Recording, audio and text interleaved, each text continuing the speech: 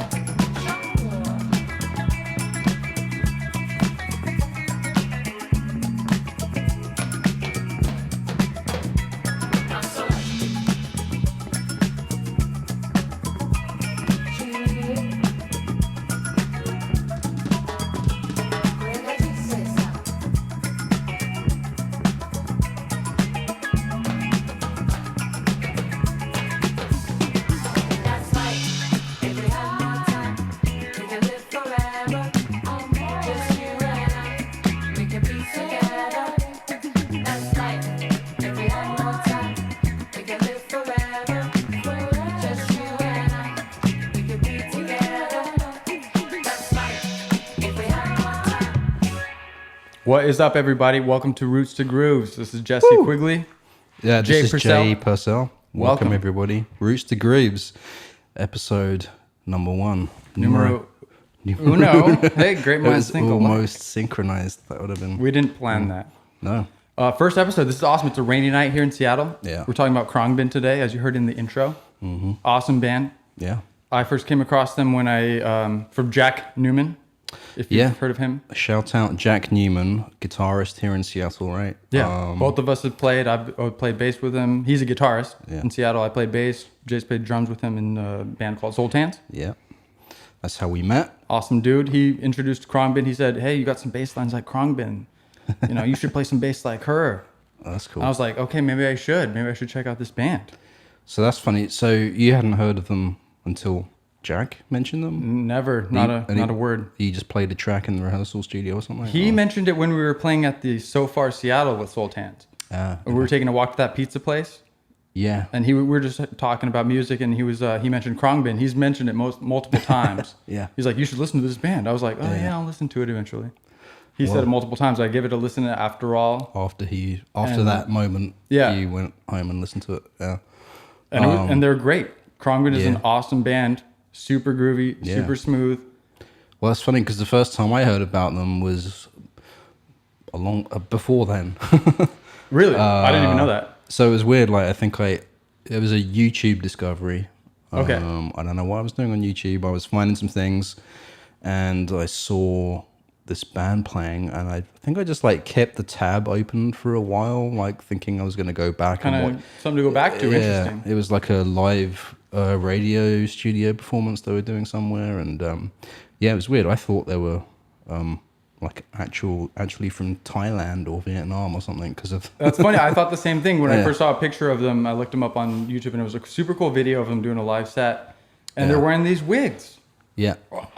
What I learned were the wigs. Did you know it was a wig though? No. Sorry. Okay. Let me backtrack. I didn't know there was a wig, and I was like, whoa, look at these cool cats. They're playing in Vietnam right now. They're in I don't know, Iran or something. These guys are some worldwide people. Yeah. Come to think they're from Houston, Texas. Yeah. Some American awesome musicians right in the heart of Houston, Texas. I know. A lot of variation of music down there. I don't know much about it, but well, let's get into that. But first of all, I feel like the listeners don't know who Jesse Quigley really is. Who is Jesse Quigley? Hey, that's me. What's up? I was born in San Diego. I've been listening to music from... my dad was into a lot of, white guy rock music. The Cure, Ben Folds. Okay. Is that how you got into music? Yeah, it's all my dad. It's all my dad. He's a musician. He's a piano player. He plays in church. He plays pipe organ. Okay. Using his feet and his fingers. Yeah. He plays acoustic guitar. So when I was a kid, he was playing a lot of High School Musicals. Okay. Like Oliver Twist. Yeah, I know Oliver Twist. Oliver Twist. One more. Can I have some more, please? Yeah, exactly. So, and I got to hit a cymbal every once in a while at a High School Musical with him. Yeah. And that's where I got all my musical influence. Okay. Yeah. Super good stuff. He was a big Beatles fan, for example. Yeah. And that's where I learned all my stuff. My dad's a huge inspiration in my life. But I moved up to Washington when I was 14. Played in the high school jazz band, the pep band, playing bass guitar. Yeah. Primarily. Okay. I actually started on drums. Okay. I don't know if you knew that even, but back in the day, I started on drums. I switched to bass because we need a bass player. Yeah. I was like, give me whatever you need, bro. Yeah. And kind of started from there. Just kind of started playing with Shayhan. Yeah. In high school. That's how we met. And I guess if the listeners don't know who I am, well, Jay Purcell. Who are you? Who am I? I'm a drummer. That was the first thing I ever did from the age of 3 years old. That's what I see when I look at your face. I'm like, drummer. Okay. Yeah. Well, I've heard worse things, so I guess that's okay. Which you're much more than a drummer. Host and founder of Signl Radio. Yeah. Which is awesome. Yeah, founder of Signl Radio, drummer with Shayhan and Mr. DC, graphic designer, video editor. I don't know. I like Content creator extraordinaire. creation. I like to mess around with all types of things, and yeah, musically similar thing to you. Like my parents always have music at home, kind of thing. They always had their own private happy hours where they, it's back in the day before CDs, so they have like vinyl, so they'd be playing all their mixture of music, and then I have a little drum kit, little Mickey Mouse drum kit in the living room, and that's how I started getting into playing. That's and stuff awesome. Like that. Yeah. I remember when I was a kid, I would start. I think we held a concert where I was a drummer, quote unquote, finger quotes, hitting a fan as a cymbal. Just finding things around my house to like make a drum set and like pots and pans. Like literally, kind of ghetto style like that. And we're just like, I'm trying to hit some stuff. I'm trying to make some music. And I think we wrote a song about going to the grocery store or something. Back in the day, way back in the day. But it was fun. Yeah. And that started on our musical journey, kind of. Yeah. So Roots the Groove, we have partnered up to create this show because there are a lot of great artists out in the world. Some that are your influences and some that are my influences. Maybe some like Khruangbin that are kind of, recent discoveries, right? We haven't really known about them for a long time. Right. More than a couple of years or so. Or since, their first album came out in 2015, but I probably didn't hear about them until, I want to say like 2017, 2018, because I think a few of their tracks get played a lot kind of thing. Some memorable tracks right now. Totally. And they've been around for a couple of years now. And I just found out about them last year. So there you go, yeah. They've been doing super cool stuff. Yeah. Out of Houston, Texas. Should we talk about their history, where they came from? Yeah. So what did you find out about their beginnings? I found some interesting stuff. Okay. I'm excited to hear. I know, who's in the band? Yeah. We got drums. Yeah. Donald Ray, DJ Johnson on the drums, Mark Spear on guitar, and then Laura Lee on bass. Yep. 3-piece, guitar, bass, drums. Mostly no vocals, mostly all instrumental, at least for their first several albums. Yeah. Up until 2020, where we can talk about it later, but they have a little bit more vocals on this last album. Yeah. Which is cool. Yeah. But why I fell in love with them was because they're just 3 people making super cool, groovy, smooth sounds with just 3 people, minimal vocals. Yeah. And they're making 10 out of 10 tracks very consistently. Yeah. It turns me on. I like it. Yeah. I just listen to them on rainy nights like this. Yeah. So yeah, I think Mark, the guitarist, and DJ, the drummer, they knew each other first, and they used to play in a gospel band in Houston. St. John's is the name of the church. Yeah, St. John's. Yeah. Which apparently, I'm sure you saw, that's where Beyonce went to church. Yeah. Did you hear that? Yeah. Although Mark said he's never seen Beyonce there, but he said he did see Kelly Rowland there and a couple of the other sisters. Okay. Because they're all from, Destiny's Child. They're all sisters, right? I didn't even know that. That's great. Oh, okay. Nice. Another tidbit. Okay. That's good stuff. Yeah, and so, what I heard is a DJ, his first instrument was the drums, and he started playing at 3 years old, just like me as well. Nice. But he quit around the age of 18, and the reason he said that is because apparently, I don't know this, but apparently from everything that and we'll talk about more later, Houston has this massive scene of musicians. A lot of it gospel and church related kind of thing, and he said the reason he started playing drums is because there were too many drummers in Houston. He said you could literally throw a penny and hit a really good drummer, and I'm sure that's true. Yeah, I didn't even know this. And he said that a lot of them are really choppy and on it, and he's not really that type of drummer, and so he kind of felt partly, I think, a little bit his own personal kind of feelings about his own talents, plus the fact that there were so many people doing it. Right. So he actually transitioned over to playing keyboards, and so when he met Mark, he was playing organ in the band. At the church. And then Mark came along, he was playing guitar. That's how they met. And I think they used to just kick it after rehearsals every Tuesday over burgers and beers Yeah, I think there's a bar called Drudgers or There's something. Drudgers or Ruds.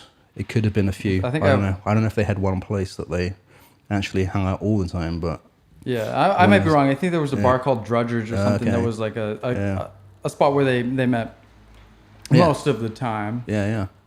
So, yeah, and so that was their meeting, and then Laura Lee apparently met Mark through a mutual friend. Friend of a friend, and she was at his apartment or something. And at his apartment, like during a lunch break or something. This guy's looking at some Vietnamese music show. Or, I think she said it was a documentary about Afghan music. Okay, there you go. Yeah, and she was studying, I think, art history around those similar subjects, and so they kind of bonded over that. Similar subjects, like why is this random guy looking up this stuff? Like that's what I'm looking at. Yeah. Funny coincidence. Yeah, and so at this point, I don't think she was a musician. She was a math teacher, and she didn't play any instrument at all. Right. Yeah. When they started Khruangbin, she was barely a bass player at all, as far as I read and as far as I saw, which is super cool. Yeah. Because that means anybody can just kind of start this and do something super cool. Yeah. So I really love that. Yeah. So and then so she said that she didn't hear from Mark for quite a while after that, and then she randomly got a text message from him saying, "The universe smiles upon you." Yeah. And then I guess they got together, and then Laura started crashing the burger and beer night every Tuesday. They invited her along. They're like, "Hey, get in on this." You're like, kind of one of the crew. Yeah, with DJ, and they just bonded over music, talking about everything. Similar interests. Yeah, and then so I guess around that time, I don't know how Laura started playing bass. I don't know if it was because of Mark, but I know definitely he showed her some records, gave her his bass guitar. He was somewhat of an influence. Kind of encouraged her to start playing, I think. Yeah. Right. Yeah. Which is cool. I think Mark was playing in another band called Yippee. Yeah, I think Yippa. it's Yippa, I think. Yeah, so he was on tour. He was playing with this band. So Mark Spear, he's been playing in a lot of bands, a lot of different types of music as a guitarist. I think he started as a bass player. I think he said he wanted to be a drummer. It was a little bit too expensive when he was a kid. Found a bass. Kind of what I did when I was a kid. I started on drums eventually, like I was saying, and I went to bass because there's some good work there, and everybody needs a good bass player. I know, hard to find. So I think he started learning bass. Yeah. He found even more work playing guitar, and he started picking that up even more and more, getting better, honing his skills on guitar. Yeah. As that process went. Yeah. So he was learning bass, he was learning guitar, he was in Yippa playing a lot of different kinds of music. He inspired Laura Lee to start picking up bass, and I think she came and she was like, "Hey, I think Laura." I'm sorry, let me back up a little bit. Mark Spear invited her to play with a band that Mark Spear was going on tour. I think that was Yippa. Yeah, that was Yippa. He was already in that. I think they needed a bass player, and she was a new bass player. He was like, "You got the skills." Yeah. She was hesitant. She was like, "I don't know if I'm a new bass player. I don't know if I can do this." He was like, "You got it. Yeah. You got the skills. You got the lines. You can do this." Yeah. He encouraged her to do it. That's awesome, and she did it. She went on tour with his band. Yeah. Learned the craft. Yeah. Fell in love with the craft. Yeah. I think after that she said, "Yo, Mark, let's do this full time. Let's create a band. Let's make a band." Yeah. Why not? We all want to make a band. I think everyone should make a band. Everyone should do it. Maybe not everyone. I don't know. Hey, most. Well, people aren't really doing that these days. Most people are in their bedroom studios on their computers making music. So which is just as cool in a different way. It is. So to start a band is actually kind of, I don't know, unless you're playing certain types of music, I think it's becoming rarer and rarer. That's one thing that's very important to me is why I want to work with other musicians. I want to be in a band because it's not just the music and it's not just what you create and what you do externally. It's like, how are you spending time every day? Yeah. Who are you spending time with, and what does that mean to you? Yeah. That means a lot to me. I like building things in general, creating things. I think you're the same way. Yeah. And creating relationships and friendships is a huge part of the human experience. Music is a huge conduit to that and allows you to create these relationships, create new things, new sounds, new wavelengths, new ideas, and that's awesome. There you go. That's why I love music, and I think that's a lot of the reason why this band loves music too. Yeah. Well, yeah, definitely. They seem to be very music heads. Yeah, they're music oriented. They're not. Yeah. They're not just like, let's make a band so we can go on tour. Like Mark Spear's a crate digger. He's looking for random music from all across the world. Yeah. Yeah. So one thing he said about that was that he was in a lot of bands in Houston, and he wasn't really liking. He was kind of getting bored of it, and he wasn't liking the music that those other musicians were listening to. Right. Which is interesting, and he said like he started hanging out with this veteran DJ in Houston called DJ Sun, I think. I think he's from Suriname, which I don't know where that is right now. Terrible. I think is it Africa? I'm not sure. I'll go with that.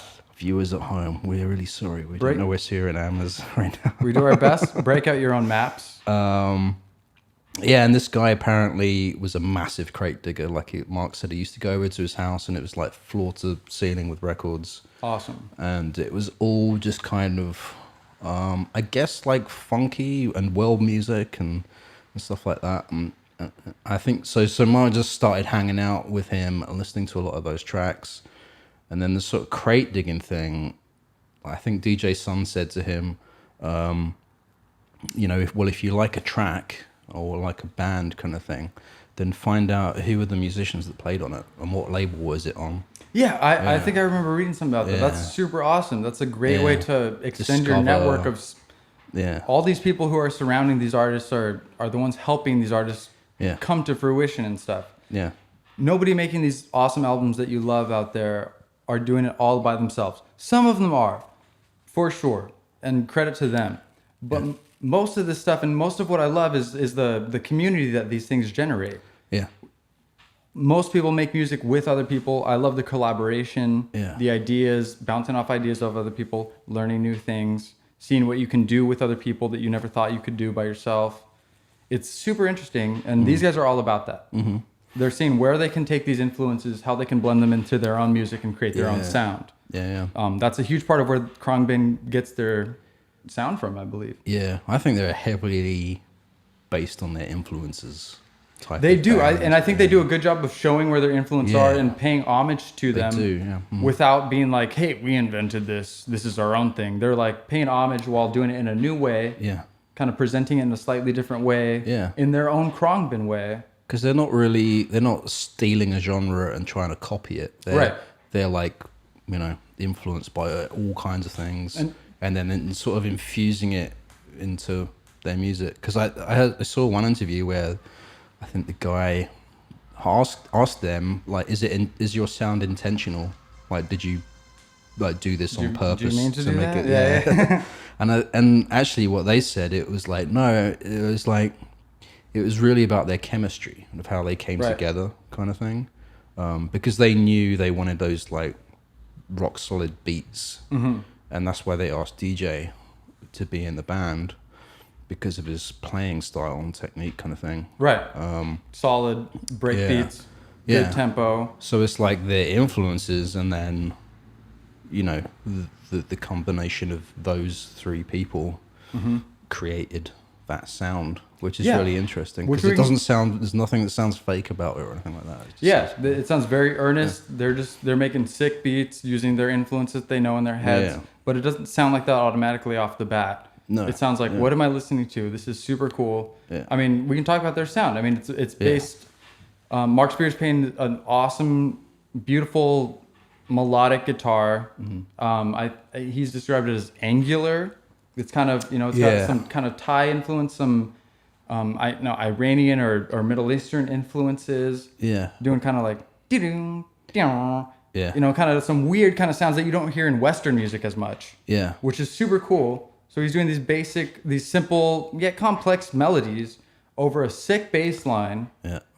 Mostly simple. I don't want to use the word simple because it's an awesome bass line, but it's maybe you can think of a better adjective. Well, definitely, and leads me into a track I want to play actually. Great. So her Laura Lee's bass lines are very dubby. Like, Yeah. they're very like rooted in like roots reggae. Dub. Yeah, she said like huge influence, like Scientist. Yeah, and that's one of the tracks I want to play actually. Oh, fantastic. Do I have it here? Yeah. Yeah, I do. Okay, all right. Yes, I'm going to play do. this. So I'm excited. So basically, I'm going to play this track. It's from the Roots Radix, and it's this crazy album. Let me just bring it up so I can get the title correct for it. The album is called Juno Juno Wins the World Cup. I think Yeah, Juno Wins the World that Cup. sounds familiar. Yeah. Yeah, and so apparently, like Mark gave this album to Laura, and she cites it. She says it's like her ABC for playing There you go. bass. So basically, she like studied this album track by track, playing all the bass lines, and that's kind of where she figured out how to play in a way. I'm sure she probably did some other things, but like for sure. But like as a basis, and I think you can hear it in like in the tracks from this album. And she like, stays true to that throughout all the albums up until 2020. Yeah, yeah. So let me play this track then. So the folks at home, like you could kind of hear some Khruangbin bassline things going on in this. I think so. I just grabbed this first track because every like she said, every track is like Dangerous Match 1, Dangerous Match 2. Yeah. Like, so this is Dangerous Match 1 by the Roots Radix. Awesome.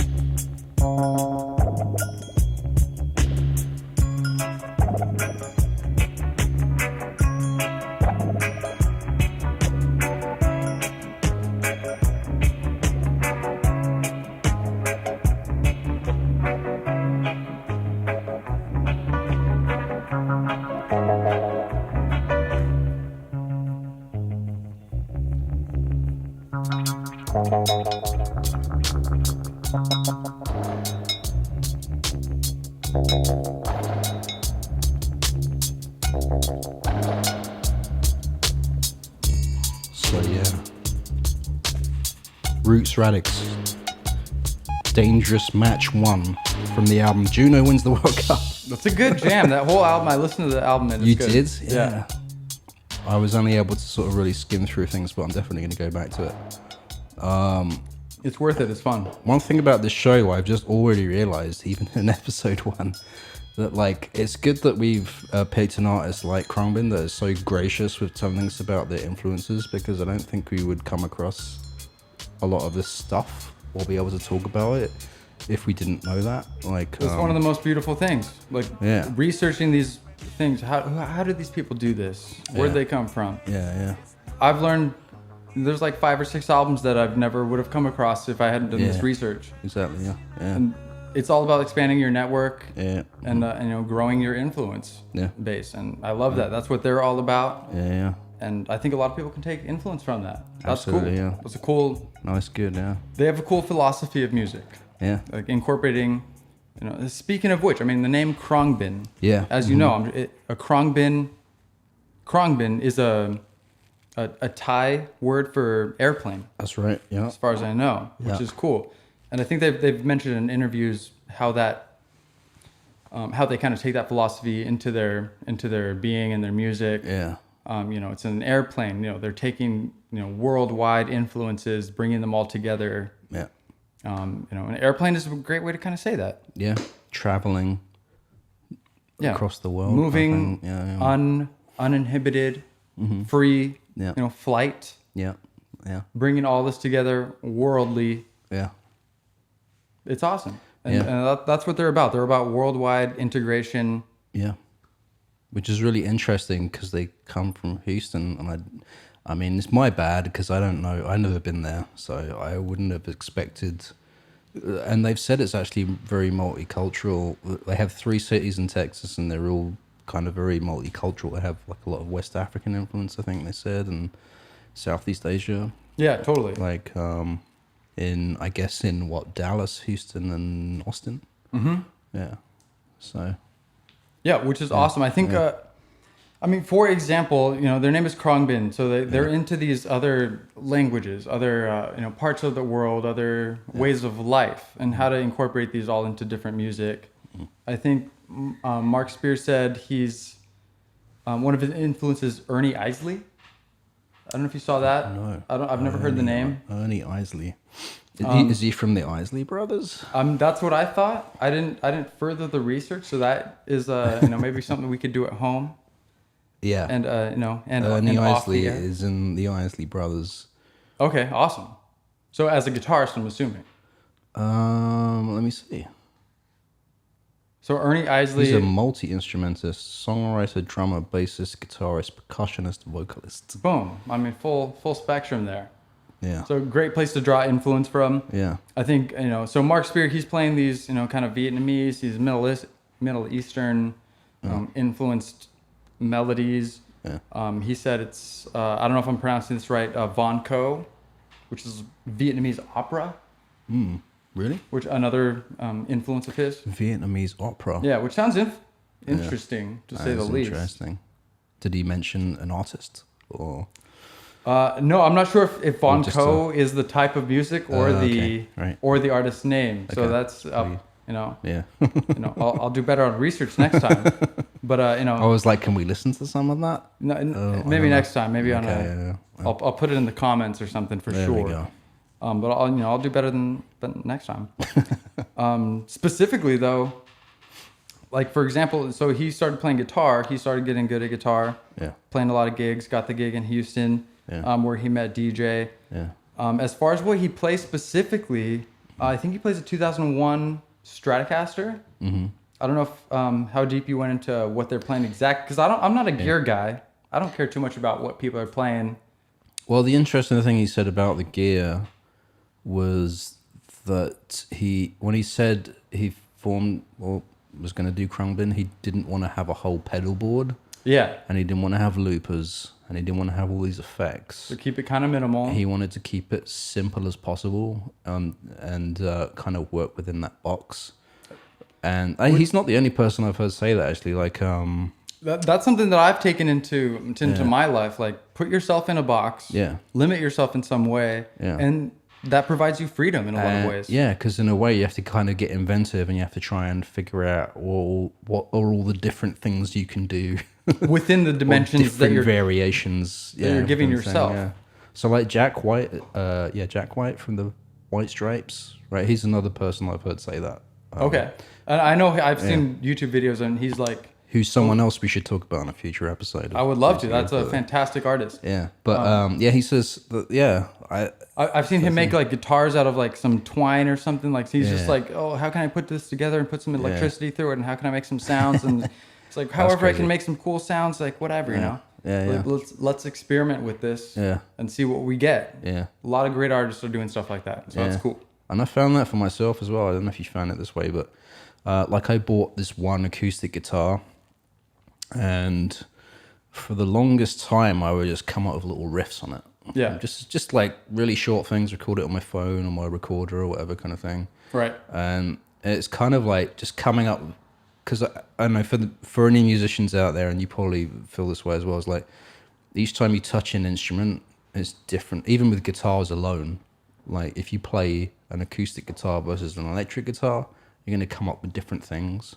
It influences Yeah. what you're able to Yeah. bring out from your brain. Yeah, And that's super exactly. weird and super cool. So if you had like unlimited possibilities, then you're just going to be like a kid in a candy store and just be like ADD and like, I'm some of that, I'm some of that, I'm some of that. You can and you can have it all.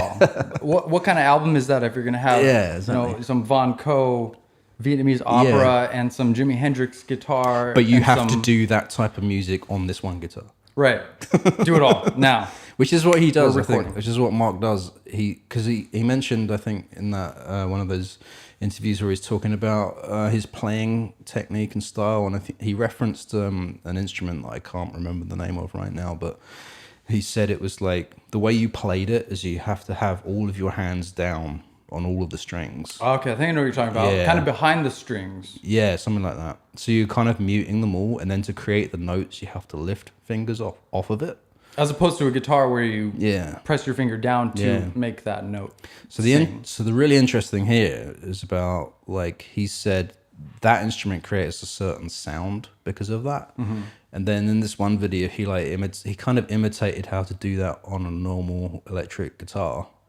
And he was getting really close to that similar sound. Obviously, it's not the same as that instrument he was referencing. Right. But that's what's really interesting about his playing, I think, because he's not getting that instrument and playing it on the record. He's seeing if he can replicate that sound on what he has. That's beautiful. Yeah. That's super cool. Yeah. So that's just going beyond I think being in a box, because my being in the box would be like, I don't know. What can I do with this guitar? Yeah. Like how many different types of riffs can I come up with? Right. And he's like, how can I use another instrument on this instrument? Yeah. Yeah. So I mean, these guys are thinking outside the box, but at the same time, they're boxing themselves in to be creative. Yeah, to be creative. In order to be creative. And that's what I see. And I respect him for that. That's super cool. Yeah. So Mark Spear, he's playing this Stratocaster. Mm-hmm. I was looking at some of the pedals in a couple of these videos. Mm-hmm. Like, what kind of sound is he getting? Like, what is this guy doing? And again, I don't really care about gear that much. I'm not like a gear guy. Like, whatever. It's all weird. It's all cool. It's all good. It's all fun. But some people do care about, like, how do you get that sound? Okay. And this guy he's using like a Stratocaster. Some people said he sounds like who's that one super awesome guitar, Jimi Hendrix, guitarist. Yeah. But he's getting some odd kind from Seattle. Oh, is he? Oh, I'll check him out. There's a statue of him on Broadway. I think I've seen that. That's super cool. So what I saw, he runs everything through a wah pedal. First of all, that's the first thing from his guitar, through a wah pedal. And what I found most interesting, he leaves the wah pedal on all the time. Okay. Usually you click that on. Yeah. You stomp it when you want the wah. Yeah, yeah. He leaves it on all the time to get the tone that he plays with. Okay. Which is super cool, and he just kind of keeps it right there to get that kind of higher end, trebly, weird, odd kind of sound. Mm-hmm. I guess he said there's a kind of his Strat is kind of buzzy, so he modified some DiMarzio Cruiser pickups. Okay. He put those ones right in the middle, not the neck pickups, but the middle pickups. Okay. And not the early pickups or the ones even further down. He did that to create a certain sound, or what I gathered was his Stratocaster was a little buzzy. Yeah. And that was one of the ways he can minimize the buzz, so he can continue with his smooth playing. Got it. And again, I'm not a gear guy, so I'm not even saying I don't know. I'm wondering what this guy's doing exactly as well. Yeah. But I'm just saying he got some DiMarzio Cruiser pickups for his buzzy Strat. Yeah. I think he's running D'Addario Chrome 12 flat wound strings. Okay. Which is cool. What does that do? Do you know? I am not a flat wound I'm more and more trying to figure out why people like flat wounds. Again, back to Jack Newman, awesome guitarist in Seattle. Yeah. he was always recommending flat wounds for me. I play bass, and he's like, "You should get some flat wounds." And I'm like, "Maybe." So what do you use currently on your bass guitar? Just like normal steel strings. I don't even know. Okay. Like I said, I don't mean to sound all defensive here too. I'm just not a gear person. So I'm like, "Hey, Guitar Center guy, I need some bass strings. Thanks." And that's as far as it goes, pretty much. Yeah. Cause I'm like minimalist. Like, yeah. I think there's two, which I saw a video of Laura Lee talking about. Yeah. How she's a beginner bassist. So I relate a lot with her. She mentions that a lot, actually, like about how, so that like maybe you might be jumping ahead here a little bit about how they create music. No, let's jump. Let's do it. Because one of the things, so basically the way they write the music is all separately, and I'll just say this first, then I'll kind of talk about how they make. Yeah, totally. What do you got? How they write the tracks. But she was saying, because she's kind of a little bit self-conscious about playing, that she doesn't like to like freestyle in front of people. Mm-hmm. She likes to just kind of be in a room and write her parts, kind of thing. Yeah, I totally relate with that. I feel exactly the same way. Really? Yeah. I'm not a freestyle. I can't like, hey, like, okay, like I can learn that part if I sat down with it, but yeah. I find the parts that I'm turned on by are parts that I compose, and like I specifically want it to be like this for this reason, for this part of music. Yeah. And there it is. Yeah. Other people do it differently, which is why it's a beautiful thing. Well, that's the thing. There are so many different ways of doing it, and that's why it's interesting about how Khruangbin write their tunes. Because so what happens is DJ, the drummer, will send Laura just a whole load of beats, just a whole load of ideas. That just a library of tracks of just beats. Yeah, I don't know how he creates that. I don't know whether it's stuff he plays live and records at home, or sample pads, or breaks. I'm sure it's live. I'm just guessing, but I'm sure it's live. Probably live, yeah. So he just sends all of that to Laura, and then she puts that in Ableton on loop. Like she'll pick like a beat, put it on loop, and then she'll just sit there with it and try and just play as many different ideas on the bass. Just write to it, just freestyle, freeform. Freestyle writing. Make up whatever she wants. Yeah, come by just a whole load of things. Cool. And she actually said as well, she's not that advanced when it comes to computers and recording and all that. Yeah. She said she knows how to get all that set up and record it, and and that's about it. She's again, you've heard me talk about how I hate computers, basically. No, but it's cool, yeah. So this like leads into how they do all of it. Because so then once she's done with that process, she'll send it to Mark, and then Mark will listen to this, and he'll basically cut and splice like all the parts that he really likes. At this point, Mark gets a track of something that DJ recorded, a cool breakbeat drum beat. He gets that Laura has recorded a bass line over. Yeah. So he receives an email or something that there's a beat. Yeah. Yeah, whatever and then it a is. bass line. Yeah. And then just like all these different bass ideas.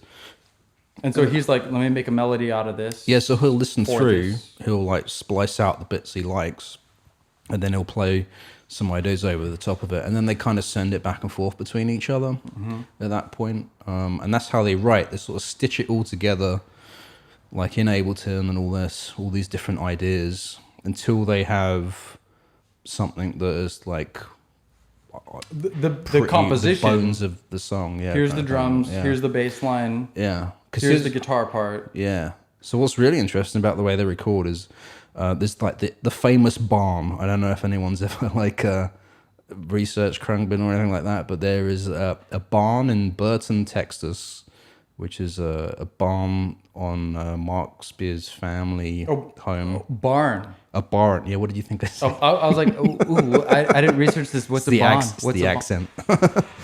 Barn. So there's a barn in Houston, Texas. Yeah, and there's like cows everywhere, and they said, there's no temperature control, so when it gets really cold, it gets really cold. And this is where they record all of their albums, yeah, right? And so the way they do it is they come in with all these ideas that they've done, and they just record live. They just they don't multi-track anything. They just, all three of them get together, everything's all mic'd up plugged in nicely, sounding good. They have a sound engineer that brings his mobile recording unit to the barn. And, which is like, they don't have Wi-Fi there as far as I know. No, It's outskirts of Houston or whatever on a farm. Yeah.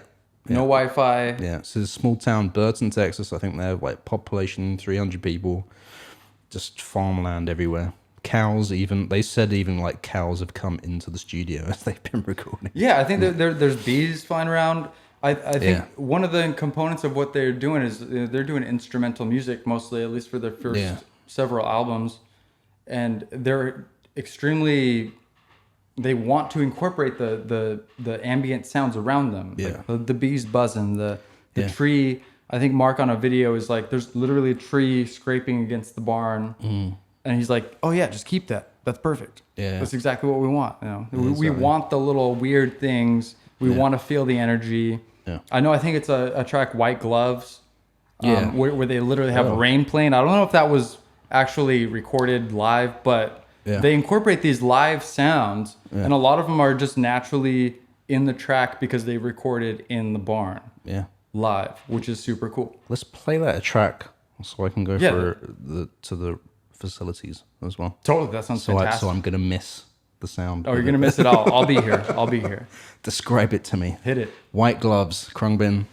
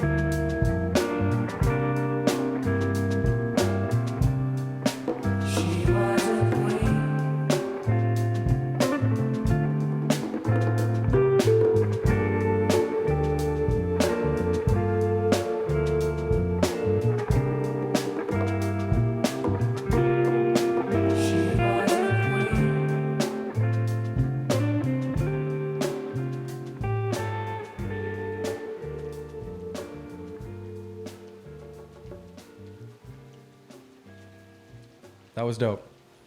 You hear that rain? Yeah. and it's really raining outside. I'm gonna look out the window. It's still raining. It's raining in Seattle as well. Yeah, it's like That wasn't even on the track. That was actually raining. oh, we got surround sound happening in the studio here. No, but isn't that a good track? So good. What album was that on? Was that on? There's third to last. Oh, The Universe Smiles Upon You, which is what that was the first album, and that's what Mark texted to Laura after not hearing. Yeah, from her. that was that text message. That just clicked with me just now. I didn't know that. That's a perfect roundabout segue. That's one of the ways that they came together. Well, that's crazy. The story. I don't know if it's her album after that. It was her Laura Lee's grandpa would say like, "Oh, like como te quieres? Like, how much do you love me?" That's how that title came about. Yeah, and back in the day, she would answer, "I love you with all the world." Con todo el mundo. Yeah. I'm sure that's not how you pronounce it. But... Con todo el mundo. Okay.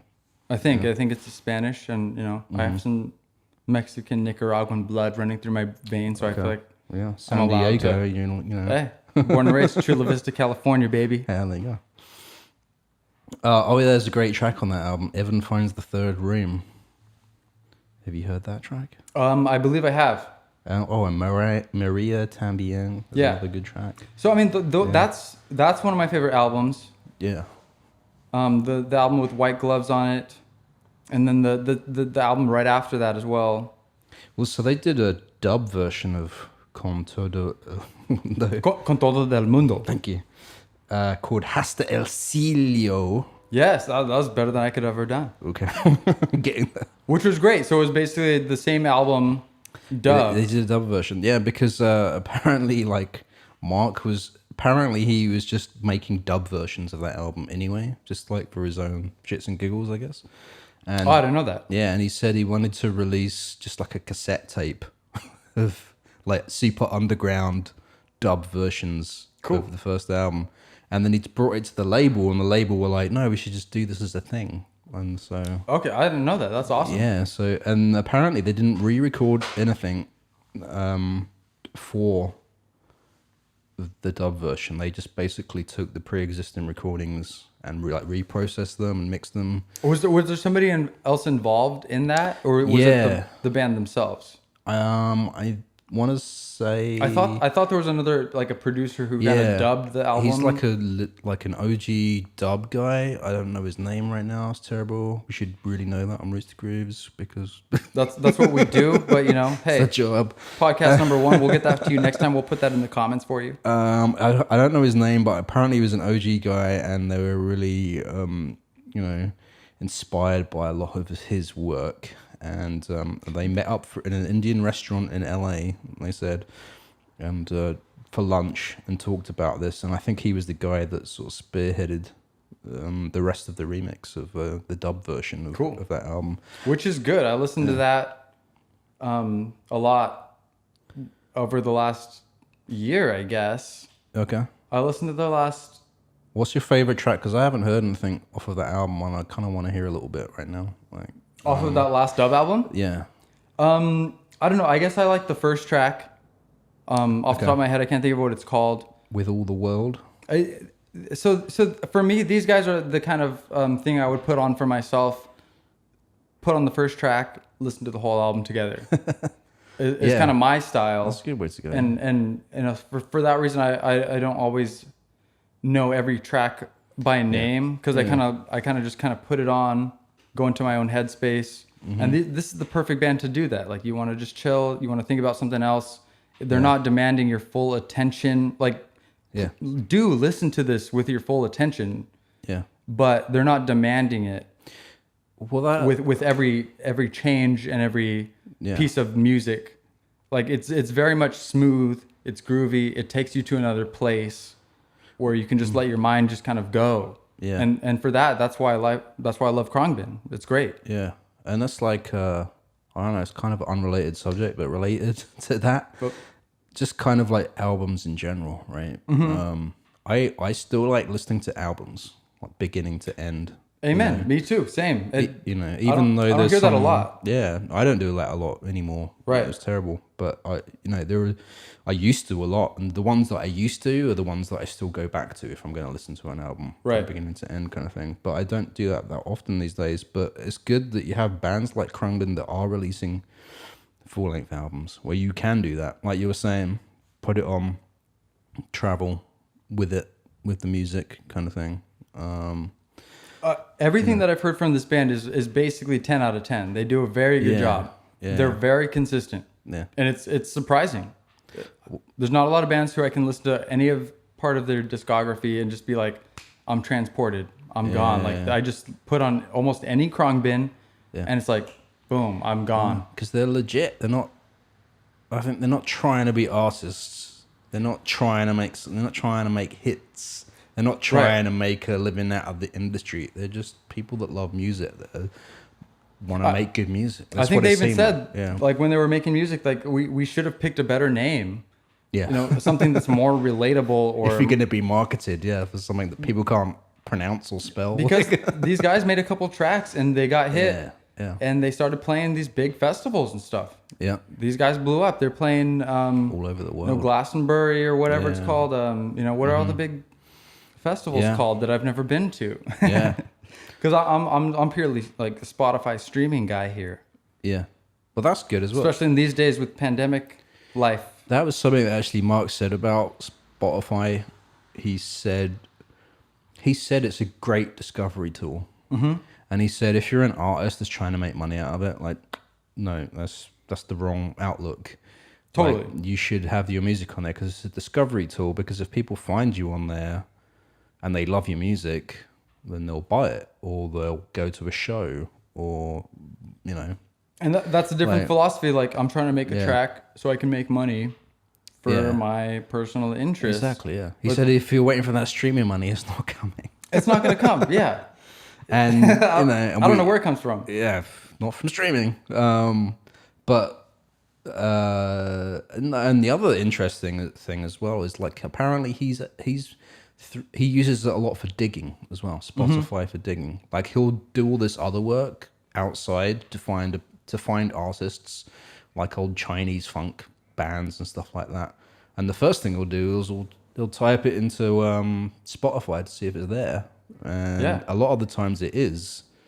And he uses that a lot for his own inspiration. From what I've seen, he's made a lot of super good playlists from around the world. Yeah. And as what I can see on his Spotify account, he has very music from all around the world, but it's very organized based on region and location. Right. So you can go on there and there's a playlist for, Zimbabwe. There's a playlist for Iran. There's a playlist for Vietnamese music. And so he made a point to... I didn't know that was available. I need to check. I need to get that link from you. Which is cool because he's making his influences widely available. Mm-hmm. These guys aren't trying to hide where they're coming from. They're trying to promote where this music has come from. Yeah. And, bring it all together and showcase that. Yeah. Super cool. They're bringing the history into the modern vibes.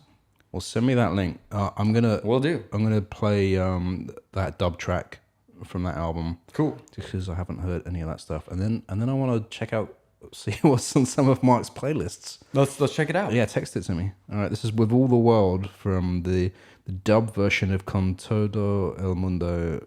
And Con Todo El Mundo. Yeah, exactly. On Roots to Grooves. And Hasta El Cielo. El Cielo. Yeah, well, thank you. I'm going to hand off the Spanish pronunciations to you from now on. Un poquito de español. There we go.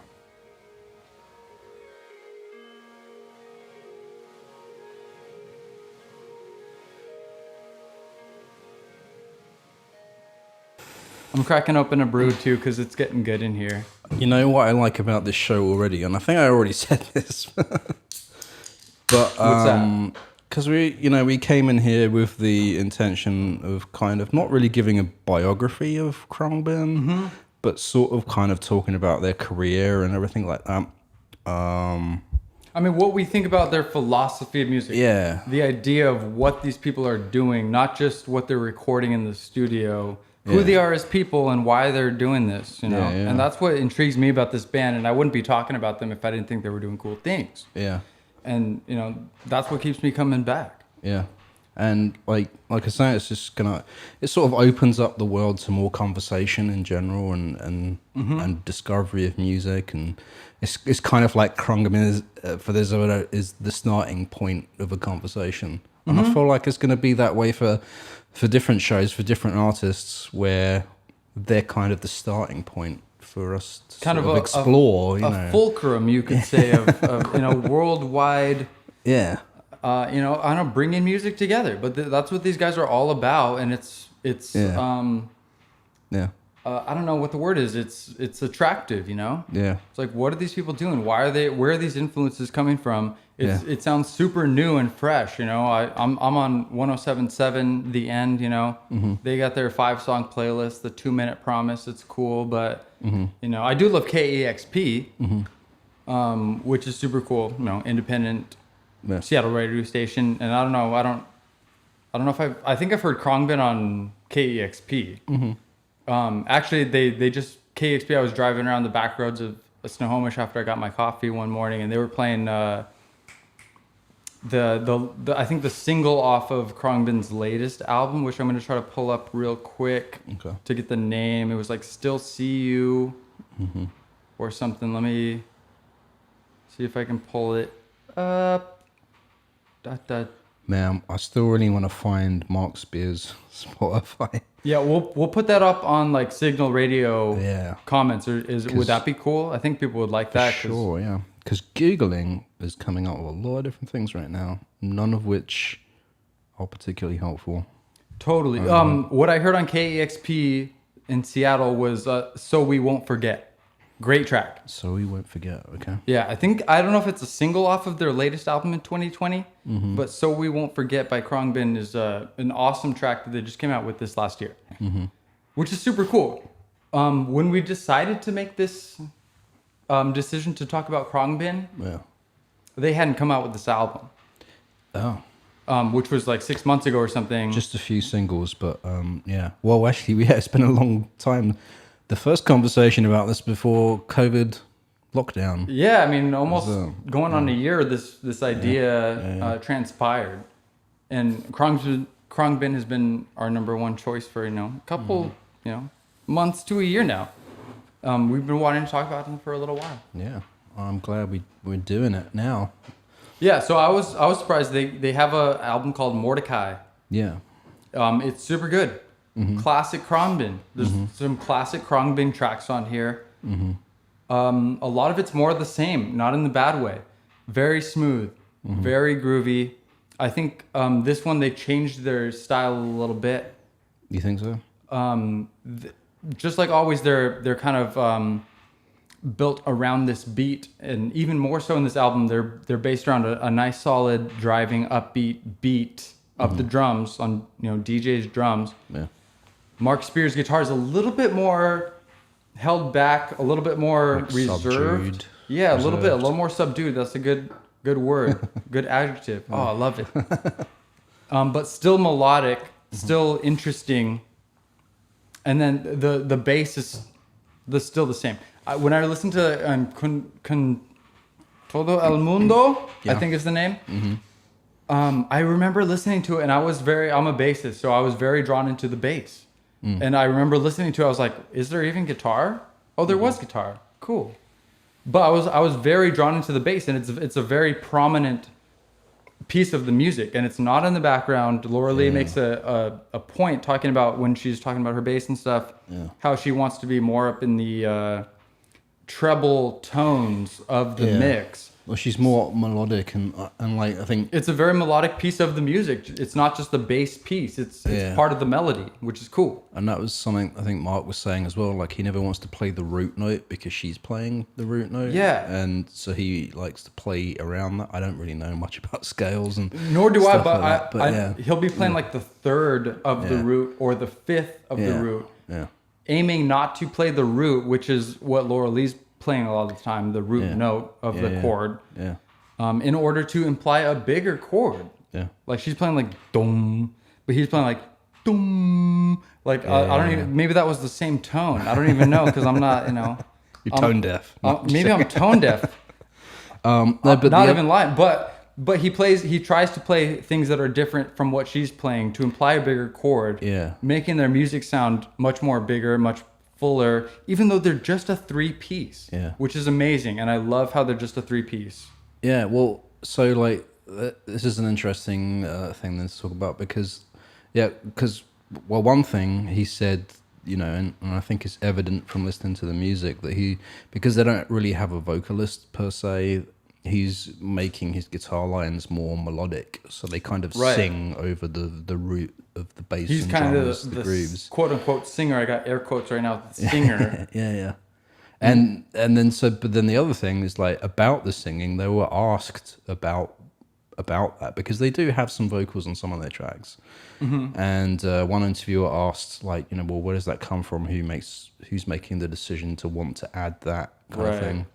And they said, Laura said, the way it sort of comes about is, you know, after they finish recording, they basically sit and they play the track on loop. You know, they're recording, and they sit and they think about what they need to add or what's missing. The vocals are never the first part of the music. It's always it's always secondary to what they create musically on their 3 instruments. It's definitely an afterthought, and you know, so not all of their tracks have any vocal parts, but some of them do, and the ones that do, they said, you know, well, you know, they'll start with like a melody. It's like something they hear melodic over it that should be added, and they want to do that, you know, via vocals. Right.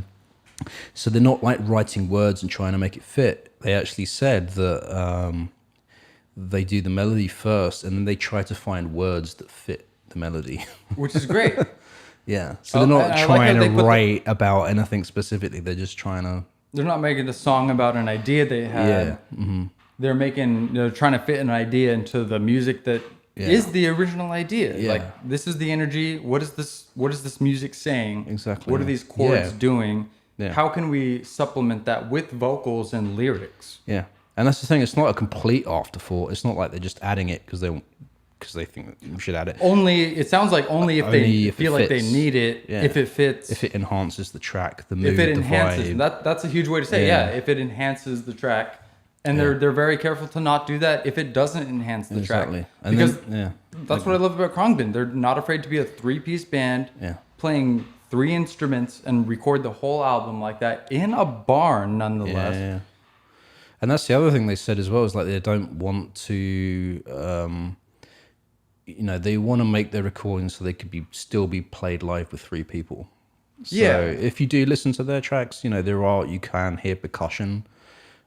You know, in there and there, but it's supplemental to the recordings, and you don't miss it when it's not there live. Exactly, that's the best way to say it. You're not going to miss it if you see them live. Yeah. They have all the Khruangbin energy. Yeah. If you see them live, you're going to get Khruangbin. Yeah. And it's like, that's what you hear on the album. Yeah. They do throw some tasteful, and I'm interested to find out who does that, like the tasteful synths. On their album, or like who's doing this production, because it is nice. I think it's all them, you know. I think DJ's definitely still a good keyboard player, so I don't know for sure, but no, I don't doubt it. I'm sure it is. Yeah. But I like how they do implement the tasteful stuff. I'm a sucker for some nice little tasteful synths and a little percussion on the side or something like that. Yeah. But it's incredible to me if you can get up on a stage and blow a crowd away with 3 people, a guitar. Especially now in today's scene where people are playing with laptops and hitting play and like, hey, do this beat. Yeah. You know, I have 5 people singing a song over here. There's a bass player, there's a drummer, there's 2 drummers, there's 3 guitarists. These guys get up Mark Spear on guitar, Laura Lee on bass, DJ on drums, and they blow the crowd away. Yeah. Watch these shows on YouTube that are very easy to find. Yeah. And they're fantastic. They blew me away. I wouldn't be talking about these guys if I didn't care about them. Yeah, like, absolutely. This guy's a great guitarist. Laura Lee's a great bassist. Even though she says she's so new, and DJ also obviously has the experience of a seasoned drummer. These guys bring it. It's funny though. He came into it like with that same sort of self-consciousness that Laura Lee has now as well. Though, because I've heard him say that about like when they first formed Khruangbin and they were going to do it, he said he was rusty as hell. Because even though drums was his first instrument, he hadn't played for years. Right, because he was doing organ at the church, for example, other instruments and stuff. And so like he said like it was fun.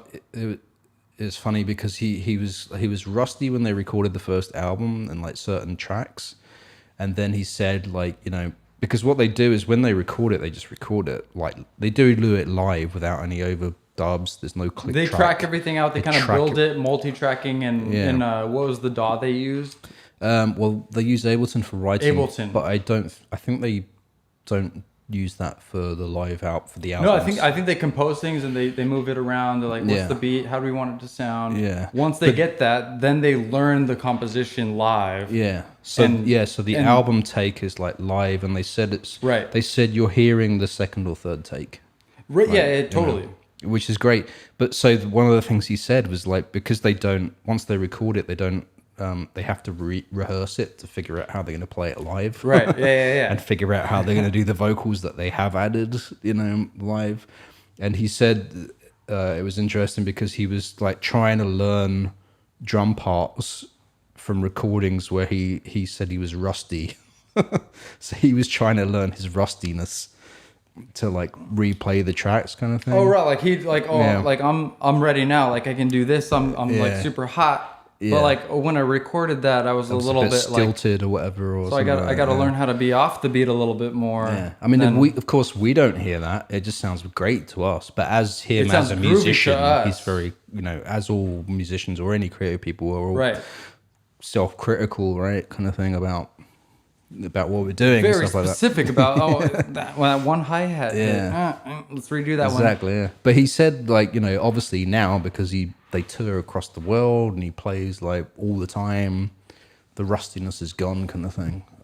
So he's back as a drummer. He's back, baby. Yeah, he's back, baby. Yes. DJ Johnson. Good stuff. Yeah. Good breakbeat on that guy. Like incredibly consistent. Like listen to it. Solid. And not in a bad way, but you almost forget that he's there. He's just driving this beat so hard. He gets so deep into this pocket. Yeah. You're just like, you're gone.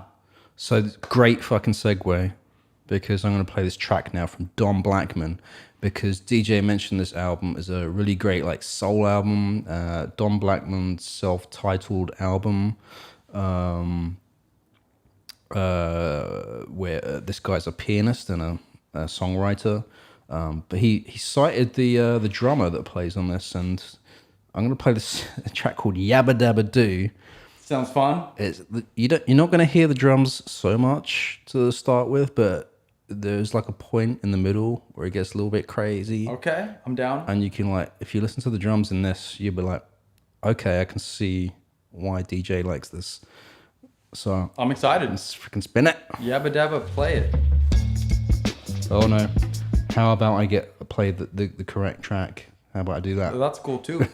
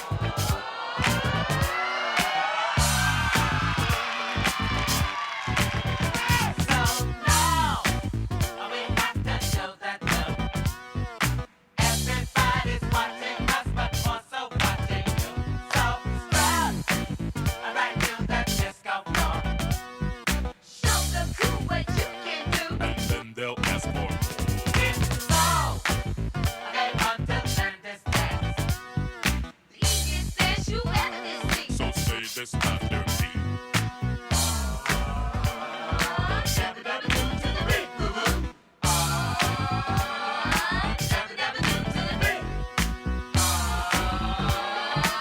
Yabba Dabba Doo by Don Blackman from his self-titled album, Don Blackman. That was dope. I've never heard that. That's great. Yeah, and that crazy drumming part in there. Yeah, the like kind of shuffle. Like, Yeah. I mean, I can tell why DJ likes that drummer. And the drummer's name, I found his name. Dennis Chambers. Dennis Chambers, nice. That's the name of the guy on that. Check that guy out. That's awesome. Check that guy out. So yeah, unfortunately, we have 7 minutes left on the camera. So we're going to have to wrap up. I could talk about Khruangbin all night, but let's wrap it up. I mean, Yeah. Mark Spear, beautiful guitarist, doing melody. He's bringing influences from Thai stuff, from Middle Eastern stuff, from worldwide stuff. Trying to bring it in, playing, as he described it, angular guitar. Super cool, super melodic, sometimes simple sounding. Always great tone, interesting tone. Yeah. Bringing all kinds of worldwide equipment here. Yeah. We got Laura Lee bringing in super cool Dub bass, interesting, simplistic, yet complex melody on bass. And it's weird to say that kind of dynamic, simple but complicated. I think you guys know what I'm talking about because you guys like music if you're listening to this show. Yeah. And then we got DJ Johnson on these sick break beats, just kind of so deep in the pocket that it hurts. And I love it, and you can't stop listening to it, and it's just driving Khruangbin. Yeah. These guys are rad. Yeah. That's all I gotta say about them. I'm right there with you, man. It's smooth, it's groovy. We could talk more about this. I don't. Oh, shit, I really want to. I'm trying to. But we have to go. But we need to play one more Khruangbin song before we leave. Yeah. We'll play one to go out. Yeah. Which one do you think we should play? All right. Let me bring it up. My favorite. Let me bring up my favorite. Can we? Yeah, your favorite. Let's play your favorite. If we can just pause for 1 second. Yeah. I'll pull up my fave. Yeah. Because I got to pull up their discography. I can fill the airtime by saying that if you're listening or watching this, you should follow Signl. Hey, Signl's dope. That's all I listen to. Apart from KXP, which you said earlier. I'm just joking. August 10th. Oh, yeah. August 10th. That's a song. If we're still recording and we can play August 10th for this show, that's probably my number one Khruangbin song. It's like probably one of my favorite bass lines that I've ever heard. Yeah. And like it just drives me wild every time I put that song on. We have Spotify issues. It's not doing what I want it to do. No, that's how it goes. Technical difficulties is a trial and error of life. Hazard. As long as we can get some streaming Khruangbin, we can do it. Exactly. I mean, if you got, does everybody have Spotify? Spotify, I say, is my favorite bill to pay. I say your favorite bill to pay. It's my favorite. I'm like happy to pay that $11.99 or whatever it is because, I mean, that's what allows me to connect with these bands like Khruangbin, to connect with these bands that I hear on Signl. Like that's the kind of glue, that's the kind of adhesive that I have to the city, to the people of the city. Yeah, and that's a beautiful thing. Cool. Listen to this. Fall into that bass line. Fall into it. And just get taken away. Okay. Well, hey, thanks, Jesse. Thank you, Jay. Thank you for founding Signl Radio. Roots to Grooves, episode 1. This is episode 1. And this is just great. I'm just going to keep doing them until you tell us to stop doing them. Please, tell us. Tell us. Hey, write in if you have any suggestions or ideas, or if you listen to Khruangbin and you have some thoughts, write into Signl Radio. It'd be awesome to hear from everybody. Exactly. All right, August 10th, Khruangbin. I want to thank Khruangbin for everything they do and everything they've done and their great music. I love it. Keep it going. Yeah. Keep it going. All right. And you guys in Seattle, keep it going. Keep it going. Peace out, everyone. Roots to Grooves is a production of Signl Radio. For more music and independent culture, visit signalradio.com.